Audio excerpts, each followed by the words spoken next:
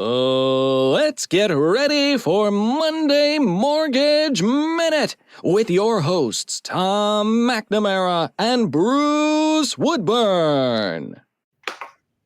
Hello there. Happy New Year to you. Happy New Year to you, man. Happy New Year. You know, the year's already starting off better. It absolutely is. I'll tell you what, man. I got back from vacation, went up to New York for a couple of days, got back, and things have just been my phone's ringing off the hook. Leads are coming in. People are excited about buying houses. So I think it's going to be a reasonably good year. Well, you know, I think people were just waiting for the rates to drop a little bit. And, I think that they've come down enough to where people are just not afraid. They're not seeing the 8% rates anymore. Now they're seeing the sixes and even the high fives. So, it's gotten a little bit better for people. And I think that they're a little bit more encouraged. And I think that this year you're going to see a lot more activity. And fortunately, we've got a little bit of inventory right now. But as more people enter the market, I'm afraid we're going to get back into that 3 weeks worth of inventory again. Yeah, for sure. And I look at that side of the market all the time, and I see there is an increase in amount of inventory. But here's what I don't see is an increase in quality inventory. Right. So the good houses are selling quick. Sure, absolutely, and they'll have several offers on them. They will. So the ones that are sitting are the ones that are maybe not as great in condition, maybe need some stuff, or maybe in not as desirable a place, or if they overprice it. Well, that there's always an upside and a downside, right? The upside is the market's getting better, interest rates are a little bit lower, more people are entering the market.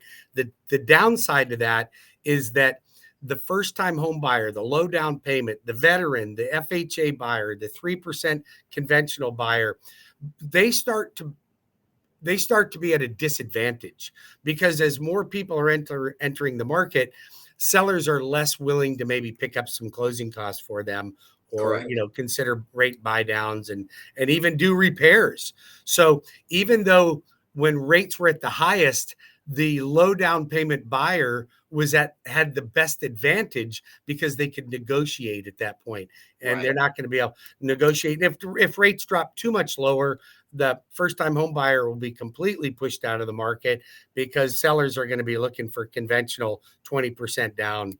But at this point, if you're a first time home buyer and you've got less than 20% to put down, you might want to do something right away. Sure. Absolutely. Right. So I know you and I were talking about some scenarios, talking about this isn't just about buying houses and about mortgages, right? So we talk about like people's financing and things like that. And you had mentioned to me that you were seeing, seeing people doing cash out refis. So I know we wanted to work up some numbers and review them. So I've got those ready. You ready to review? So I think what's happened is I'm getting a lot of calls for cash out refis, which actually surprised me. We're closing several of them because who would want to refinance their mortgage when they got, say, a 3.99% fixed rate on it? But people kind of got a little bit, loose with their credit cards during COVID, and they really haven't changed those habits. And now Christmas came, you charged up a bunch of debt. These credit cards that you have are running between 18 and 24%.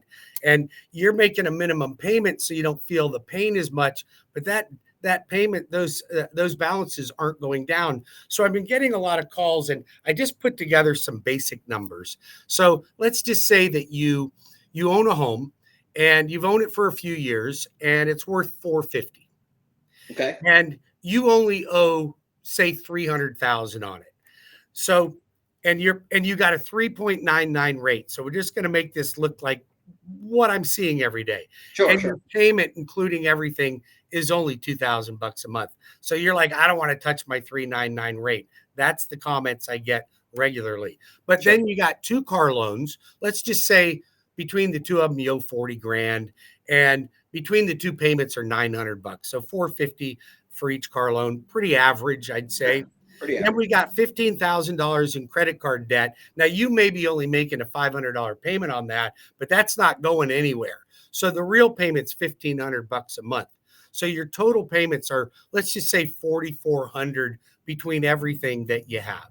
Okay. Now you can do up to 80% of the value as a cash out. So that would be a loan of $360,000. But that 360 would wipe out the cars and the credit cards and cover your closing costs on a refinance transaction. But the new rate, let's just say, is 699. You may qualify if you got higher scores for lower than that, Sure. but let's just say it's 699. Then your payment then goes to $3,000 a month. But you have no car payments, you have no credit card debt, and you just saved $1,400 a month. Now that's a significant savings that will put more money in your pocket at the end of the month. And with inflation, that goes a long way. And I think that that's worth it to do that. And some people say, well, yeah, but then I'm paying my cars off over 30 years, my credit cards. Well, that's where the magic comes in. So you're saving $1,400 a month. What do I do with that $1,400 a month? Because if you just go out and spend it, you're not getting anywhere, but you might need it just to get by. If you don't, and you can swing what you're already used to paying, you apply that $1,400 a month to your new mortgage, and now your house pays off in about 11.6 years. And that's the magic. So now, if you keep your cars for 10 years, this is perfect. If you're like, I trade my car in every 3 years, you're never going to be out of debt. You're always going to have debt. So I am about no debt. I don't want any debt. Even though I'm in the business of doing mortgages, I want to help people become debt free.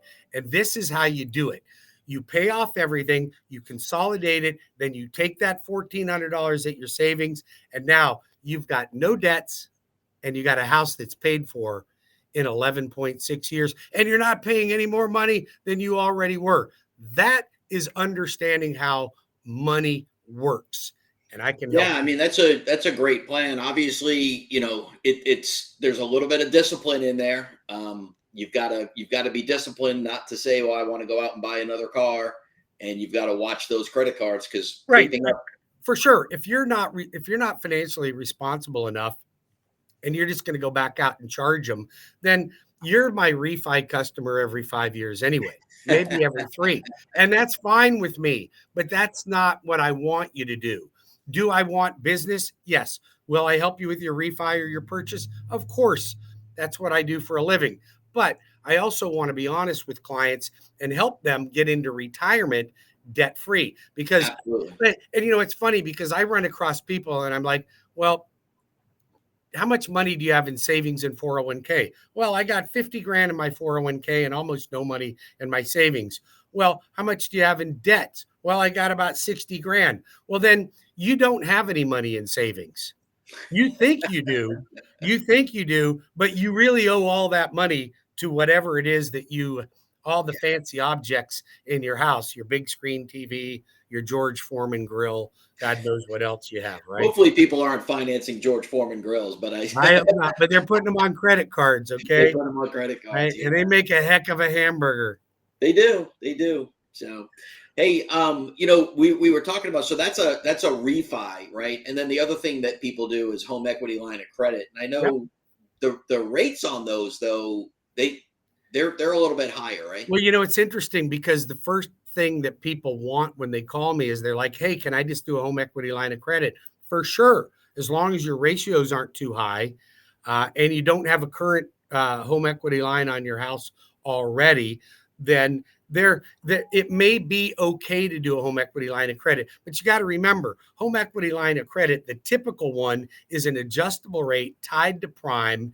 And by the time, and if prime's at 8.5%, 8.75%, then, and you got a spread on that, your rate on those are 12.99 to 15% on a home equity line of credit. And then they're like, wow, an adjustable rate at 12.99. That doesn't sound as good as I thought it would. Yeah. But what happens is banks tease people because you got these minimum payments. It's like your credit card. That's not your real payment, folks. And you're not going to get your payments down. Listen, debt is the enemy of wealth. And if you go into retirement with any debt at all, you made a huge mistake, and your Social Security is not going to go anywhere. It's not going to pay your debt. It's not going to cover your living expenses. Why don't we focus on being debt free and have a mortgage paid off when we go into retirement? Now, isn't that a more comfortable way to live? Sounds a whole lot better to me, my friend. What Well, hey, I'm listen, we are out of time for this week, so I appreciate you and look forward to doing a whole bunch with you this Yep. year. And by the way, Tom and I can help you in any state you're in. You need our help, we can help you nationwide. So let Absolutely. us know. And if you just have a question for Tom or I, we're always available for consultation. All right. You have a great week. You too.